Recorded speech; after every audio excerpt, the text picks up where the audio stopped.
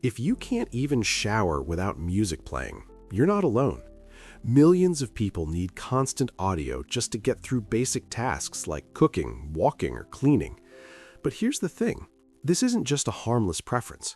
There's actual psychology behind why your brain craves that constant stimulation, and understanding it might change how you see yourself. Here's what's actually happening in your brain when you can't function without music. Your brain is running from silence. When there's no external noise, your internal noise gets loud. Psychologists call this intrusive thought avoidance. Your mind constantly generates thoughts, many of them anxious, self-critical, or just repetitive and useless. Did I say something stupid yesterday? What if I mess this up? Why can't I just feel normal? Music acts as a mental shield. It gives your brain something external to focus on, drowning out that exhausting internal chatter. You're not addicted to music. You're escaping your own thoughts. There's another layer too. For people with anxiety or ADHD, the brain often feels either underwhelmed or overwhelmed. Music provides just enough stimulation to hit that sweet spot, not too bored, not too stressed. It's unconscious self-regulation. Your brain figured out that constant audio keeps you balanced, so now it craves it for every single task. This is why silence feels wrong. Your brain has learned that quiet equals uncomfortable thoughts, so it demands stimulation as protection. But here's where it gets tricky. While constant audio might feel helpful in the moment, it's actually preventing something important, the development of mental resilience.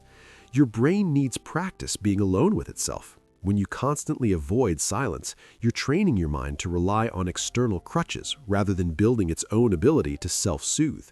You're essentially telling your brain, I can't handle you on my own. Over time, this dependency deepens.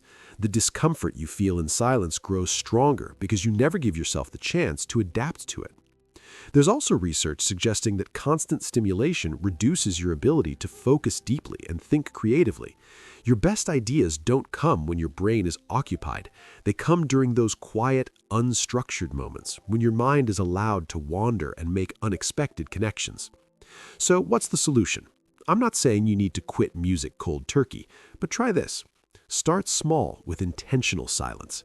Pick one activity per day, maybe your morning coffee or a 5-minute walk, and do it without any audio. Notice what happens. Your brain will probably resist at first. Thoughts will flood in. That's normal. Let them. Don't fight them. Just observe. Ask yourself honestly, am I listening to this because I genuinely enjoy it, or because I'm afraid of what I'll think about in silence? There's a big difference between choosing music and needing it. The goal isn't to eliminate music from your life. Music is incredible.